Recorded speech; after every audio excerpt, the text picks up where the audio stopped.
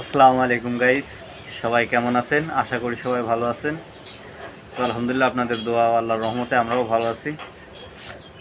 তো বর্তমান আছি যশোর জিগরগাছা আমাদের ট্রাক টার্মিনালে। গতকালকে আসছিলাম ক্লাসটা একটু মিলানোর জন্য। তো মিলাইতে যায় দেখি যে ক্লাসের ভেতরে কিছু সমস্যা হয়েছে, ফিঙ্গারের স্প্রিং ভেঙে গেছে। তো আজকে ক্লাস খুলছি ক্লাসের টুকটাক কাজ করানোর জন্য। যেমন যে এই স্প্রিংগুলা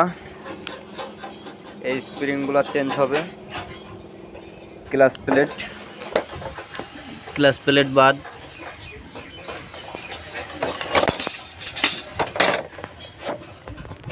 আর সচরাচর যা করা লাগে লেদে দিয়ে এডিটার কাজ করানো হয়েছে।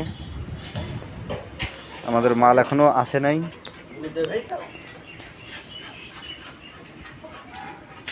যশোরে গেছে মাল আনতে।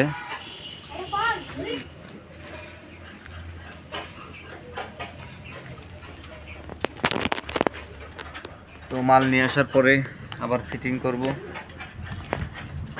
দেখা যাক কতদূর কি হয়। তো সবাই ভালো থাকবেন, সুস্থ থাকবেন।